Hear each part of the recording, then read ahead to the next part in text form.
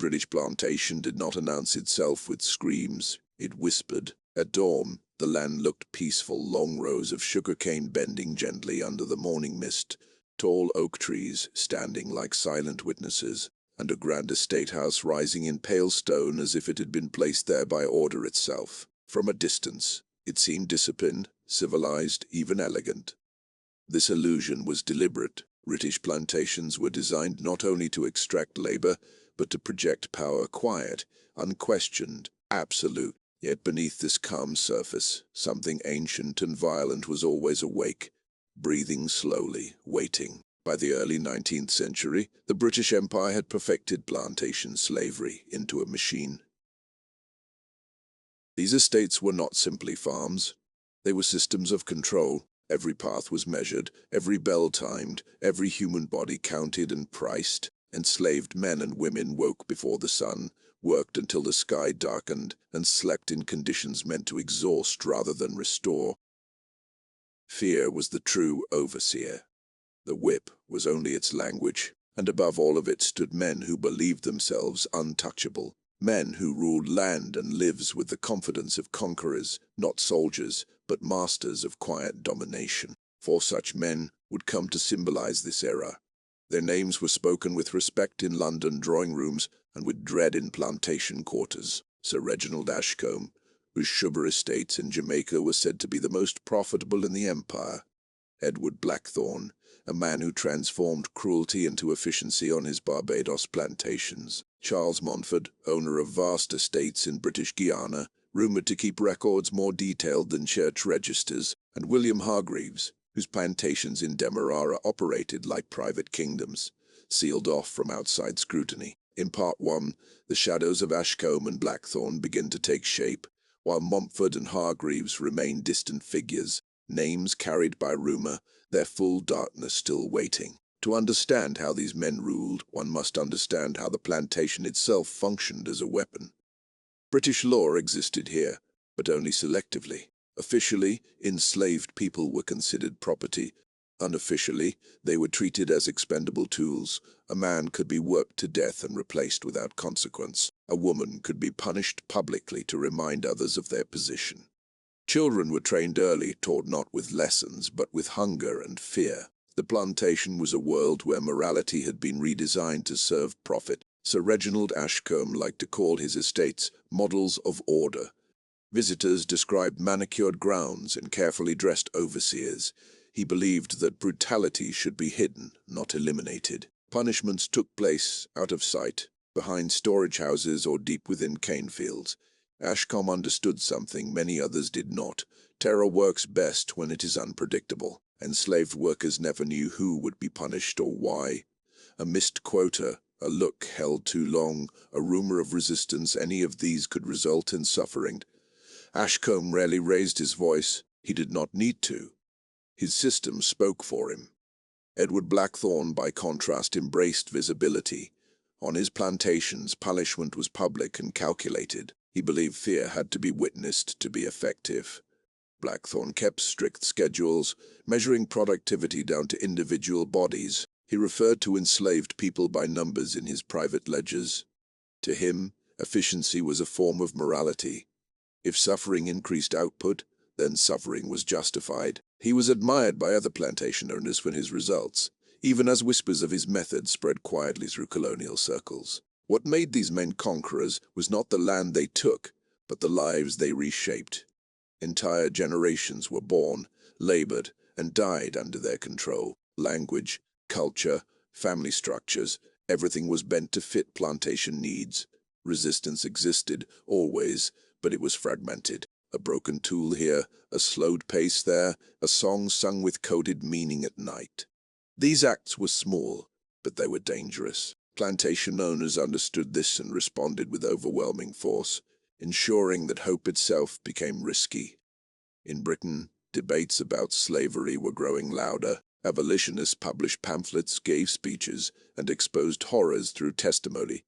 But on the plantations, these discussions felt distant, almost unreal. Men like Ashcombe and Blackthorne dismissed them as moral fashion, temporary outrage that would fade.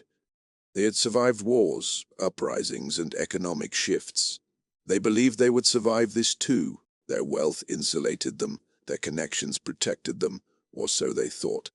The enslaved, however, listened carefully to rumors. News traveled slowly but relentlessly, carried by sailors, traders, and newly arrived captives. Words like abolition and freedom began to circulate, fragile but powerful. Plantation owners responded by tightening control. Night patrols increased. Gatherings were restricted. Punishments became harsher. Fear rose on both sides. The system sensed change, and systems under threat often become more violent. This was the world in which the end began to form, not with a single event, but with tension, pressure, and denial. The plantations still functioned. Sugar still flowed to British ports. Profits still filled accounts. But something fundamental had shifted. The moral foundation that had allowed men like Ashcombe and Blackthorne to rule without question was cracking. They could not yet see it clearly, but the ground beneath them was no longer solid. By the time the sun set over these estates, casting long shadows across the cane fields, the illusion of permanence remained intact. Lamps were lit in great houses, ledgers were updated, orders were given for the next day. Yet history had already turned its face toward them. The same system that had raised these men to power was slowly preparing to dismantle them, and when abolition finally arrived, it would not simply end slavery, it would expose everything these men had built their lives upon. This was not the end yet. It was only the silence before it. The rise of Sir Reginald Ashcombe did not begin in the colonies. It began in Britain, in rooms far removed from the heat, the insects, and the suffering that would later define his fortune. Ashcombe was born into a family that understood money not as something earned through labor, but as something inherited, expanded, and defended. From a young age he was taught that empire was not built by emotion, but by control. When he first invested in West Indian plantations, he did so with detachment, viewing them as figures on paper: acres, yields, shipping schedules. Human lives were reduced to costs and outputs long before he ever set foot on the land. When Ashcombe finally arrived at his Jamaican estates, he was struck not by the brutality, but by inefficiency. He believed chaos wasted profit. Overseers who relied on constant violence, he thought, dulled fear instead of sharpening it. His reforms were subtle and therefore more dangerous. Workdays were reorganized, quotas carefully calculated so they always seemed just barely achievable. Punishments were no longer routine, they were rare and severe, delivered without warning. An enslaved man could work for months without incident, only to be singled out one morning and removed. Others were never told why. The absence of explanation became its own form of terror. Ashcombe rarely appeared among the laborers. He understood the power of distance. To be seen too often was to become familiar, and familiarity weakened authority. Instead, his presence was felt through systems, bells that rang at precise hours, ledgers that recorded every body, every task, every perceived failure. He kept detailed reports, not of suffering but of productivity. In private correspondence, he referred to enslaved people as units, a term that stripped them of individuality, while allowing him to speak of cruelty as necessity. Yet beneath this cold efficiency was paranoia. Ashcombe was obsessed with the idea of rebellion. The memory of earlier uprisings haunted plantation owners across the Caribbean, and Ashcombe studied these events intensely not to understand their causes, but to prevent their repetition. He restricted movement between estates, banned gatherings after dark, and encouraged informants within the enslaved population. Trust was weaponized. Families were separated not only to punish, but to ensure no bonds grew strong enough to challenge his rule. Edward Blackthorne's ascent followed a different path, but led to a similar destination. Where Ashcombe valued distance, Blackthorne thrived on presence. He was a man who believed authority had to be seen to be believed. Born into lesser wealth, he built his empire through aggression and ambition. Barbados was already a mature plantation colony when Blackthorne arrived, its land heavily exploited, its systems entrenched. To stand out, he pushed those systems to extremes. Blackthorne walked his fields daily. He wanted to be recognized, feared, remembered. Enslaved workers learned the sound of his boots, the cadence of his voice. He addressed them directly, often calmly, sometimes almost politely, before ordering punishment. This contrast unsettled even hardened overseers. Violence delivered without rage felt more absolute, more final. Blackthorn kept public punishment spaces deliberately visible, believing fear lost its effect if hidden. His ledgers were infamous. Where Ashcombe recorded output, Blackthorn recorded pain. Whippings, confinements, executions, everything was noted, quantified, cross-referenced with productivity charts. He believed he was proving a theory that fear could be optimized like any other resource. Other plantation owners visited his estates, half disgusted, half fascinated, and many quietly adopted elements of his approach. For the enslaved, life under Blackthorn was relentless. There was no illusion of mercy, no belief that good behavior might lead to relief. Resistance still existed, but it was quieter, more internal. People survived by becoming invisible, by suppressing emotion, by turning inward. Songs grew softer. Eyes stayed downcast. Even silence felt watched. Despite their differences, Ashcombe and Blackthorn shared a crucial belief that the system was eternal. News from Britain about abolition debates reached them, but they interpreted it through arrogance. Politicians, they assumed, would never destroy an empire's wealth for morality. When abolitionists spoke of human suffering, Ashcombe dismissed them as sentimental. Blackthorn mocked them openly, confident that force would always prevail over words. But cracks were forming. International pressure mounted. Former enslaved people began sharing testimony that could not be easily dismissed. Economic shifts made sugar less invincible than it once had been. On the plantations, tension thickened the air. Punishments increased not because resistance had grown, but because fear had. Plantation owners sensed loss of control before they could name it. Ashcombe responded by tightening his systems further. More surveillance, more informants, more separation. Blackthorn responded with spectacle, harsher punishments, louder declarations of authority. Both men believed they were reinforcing their power. In reality, they were exposing its fragility. By the late 1820s, rumors of legal change no longer felt distant. Abolition was no longer an abstract threat. It was approaching reality. Enslaved people listened closely. Hope, dangerous and fragile, began to circulate again, and for the first time men like Ashcombe and Blackthorn faced an enemy they could not whip, isolate, or silence. They still ruled. They still commanded land and lives, but history had begun to move faster than their control. The plantation, once a symbol of permanence, was becoming a stage for collapse, and though neither man would admit it, both felt the same unspoken fear that when abolition came, it would not simply end slavery, it would reveal them. And revelation, unlike rebellion, could not be crushed. As the years edged closer to 1830, the plantations began to change in ways that were difficult to record in ledgers. Sir Reginald Ashcombe noticed it first not through rebellion, but through hesitation. Work continued. Quotas were met. Bells still rang on time. But the obedience felt thinner, stretched, as if held together by habit rather than fear.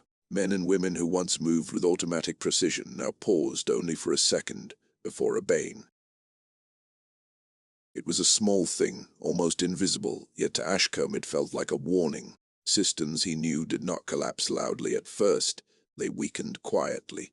Ashcombe responded as he always had, by refining control. New rules appeared without explanation, movement between fields was altered, schedules subtly rearranged to keep people uncertain. Informants were rewarded more generously, though their identities were never revealed, creating suspicion that infected even families. The plantation became a place where silence no longer meant safety. Everyone was watching everyone else, and fear turned inward. Ashcombe believed this would stabilize his rule. Instead, it created something he had not planned for: emotional detachment. The enslaved learned not only to fear punishment, but to stop caring about survival beyond the day itself. Edward Blackthorn faced a different problem. On his estates, fear had always been visible, loud, unquestioned. But now fear was losing its sharpness. Public punishments still drew crowds, but the expressions watching him had changed. There was less pleading, less shock. Some faces looked empty, others looked defiant in a way Blackthorn could not discipline out of existence. He increased severity, convinced that resistance could be beaten back into submission. What he did not understand was that hopelessness and defiance can look very similar from a position of power. News from Britain grew harder to ignore. Parliamentary debates were reported more widely. Abolitionist societies gained influence. Pamphlets circulated that described plantation life in detail too accurate to dismiss. Ashcombe's name appeared indirectly in discussions of model estates, while Blackthorn's methods were hinted at through testimony that reached London through missionaries and former overseers. Both men relied on distance to protect them, but distance was shrinking. The empire was beginning to look at itself. On the plantations, rumors transformed into expectations. Enslaved people began marking time differently, not by harvest cycles, but by whispers of change. A law was coming. Freedom was coming. No one knew what that meant in practice, but the idea alone altered behavior. Risk felt different when the future seemed imaginable. Small acts of resistance multiplied, tools misplaced, instructions misunderstood, illnesses exaggerated.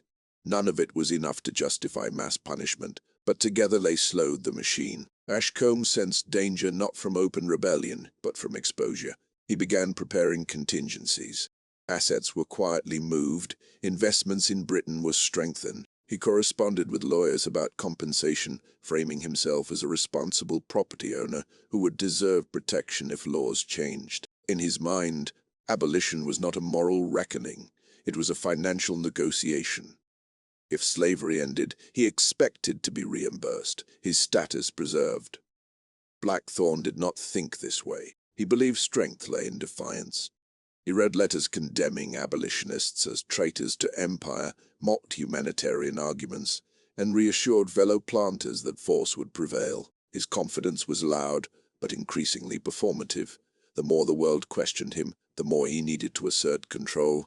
Violence escalated not because it worked, but because it was all he had left. Between these two approaches, Ashcombe's calculated retreat and Blackthorn's aggressive denial, the plantation system revealed its true nature. It had never been stable. It had simply been uncontested. Once questioned, it began to unravel. Overseers grew nervous, unsure which rules would soon be illegal. Colonial officials hesitated, sensing political shifts. Authority fragmented, and fragmentation breeds fear even among the powerful. In this climate, other figures loomed in the background. Charles Montfort's name appeared in correspondence, his Guiana estates cited in debates about record-keeping and mortality rates. William Hargreaves was mentioned in hushed tones, known for isolating his plantations from scrutiny. They watched events closely, learning from Ashcombe and Blackthorn, preparing their own responses. For now they remained distant, their full stories waiting beyond this moment. By the early 1830s, the plantations no longer felt timeless. Nights grew heavier. Conversations once forbidden happened in whispers. Ashcombe walked his estate less often, trusting reports instead of observation. Blackthorn walked more, desperate to feel control beneath his feet. Both sensed the same truth, but interpreted it differently.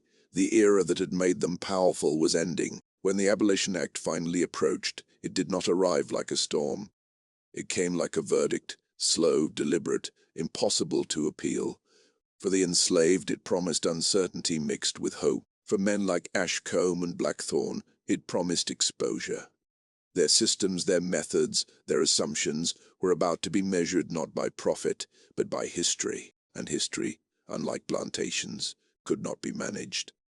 As abolition moved from rumor to reality, something fundamental shifted in the balance of power on the plantations. Sir Reginald Ashcombe read the news from Britain in silence, his expression controlled, his mind already calculating. The language of Parliament was careful, legal, almost gentle, but Ashcombe understood its weight. Slavery was no longer being debated as a theory. It was being dismantled as a system. For a man who had built his identity on order and permanence, this was not merely a political change. It was an existential threat.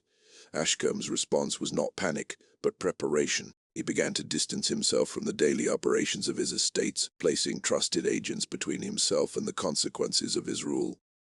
Documents were revised, accounts were reorganized. He wanted history to remember him as a businessman, not a tyrant. In letters to contacts in London, he emphasized stability, responsibility, and restraint. He portrayed his plantations as disciplined environments that would transition smoothly under new laws. What he never mentioned was the fear that had enforced that discipline for decades. On the ground, the enslaved noticed his absence. The great house felt quieter, less certain. Orders came through intermediaries who lacked Ashcombe's authority. This dilution of power mattered. Control that once felt absolute now felt negotiable. People tested boundaries carefully, not through open defiance but through delay, through collective stillness. The plantations slowed, not enough to justify punishment, but enough to signal that the old rhythm was dying. Edward Blackthorne experienced abolition differently. Where Ashcombe withdrew, Blackthorne collided with it head-on.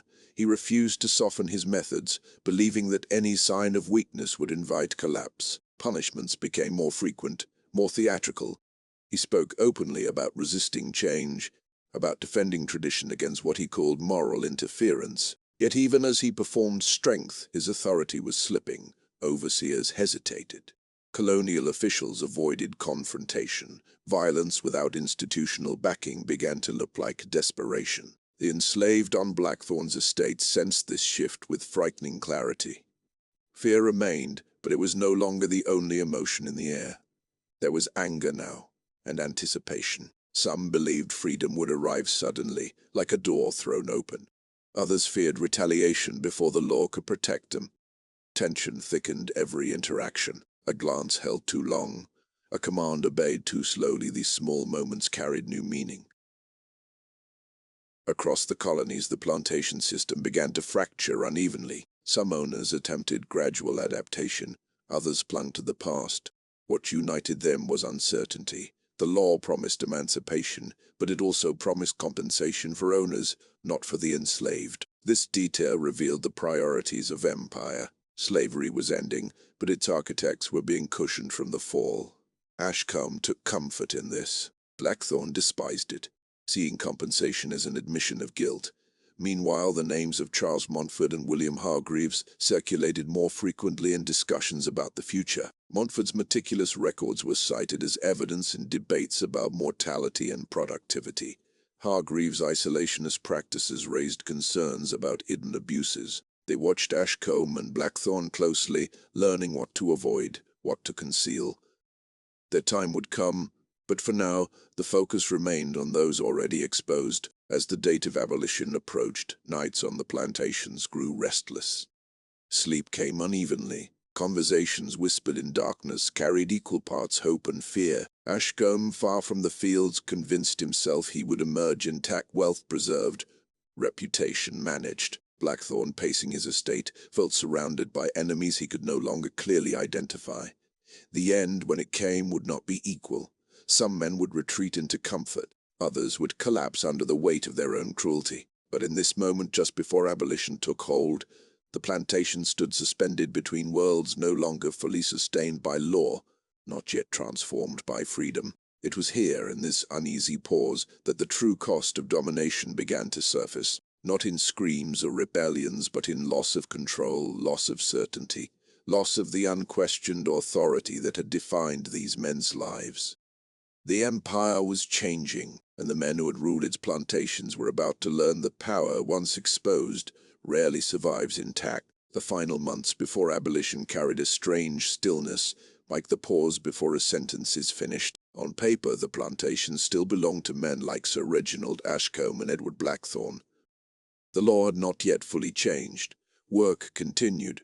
Orders were still given. Yet everyone, from the grand houses to the lowest quarters, understood that the world they knew was already ending. Authority remained, but belief in it was fading, and belief had always been its strongest pillar. Ashcombe spent this period largely away from his estates. He told himself this was strategy, not avoidance. From Britain, he followed developments closely, consulting lawyers, negotiating compensation, ensuring his name appeared respectable in official correspondence. He imagined a future where his plantation past would be reduced to footnotes, numbers, not narratives. In his mind, abolition was an administrative inconvenience, not a moral reckoning. He believed history could be edited, softened, managed, just like his accounts. But absence created space. Without Ashcombe's invisible hand guiding every system, Cracks widened. Overseers disagreed with one another. Rules were enforced unevenly. The enslaved noticed these inconsistencies and adjusted. They learned which commands could be delayed, which punishments were unlikely to be carried out. Fear did not vanish, but it lost coherence. It no longer flowed from a single source. The plantation, once a tightly controlled organism, began to feel disjointed, uncertain of its own authority. Blackthorn, still present, still imposing, felt this loss more directly. His voice carried less weight. His punishments provoked fewer reactions. The silence that followed his orders unnerved him more than resistance ever had. He mistook this silence for defiance, and responded with escalation, not realizing that escalation now exposed him rather than protected him. Colonial officials began to distance themselves, unwilling to be associated with excess at a moment when public scrutiny was intensifying. Across the plantations, enslaved people prepared for change in quiet, careful ways. Some saved what little they could, some strengthened bonds they had once been forced to hide, some simply waited, conserving energy, watching. Freedom was still undefined, but the idea of it reshaped behavior. The future, once unimaginable, now existed as possibility, and possibility altered power dynamics more effectively than any uprising. The British Empire framed abolition as progress, but the process revealed its contradictions.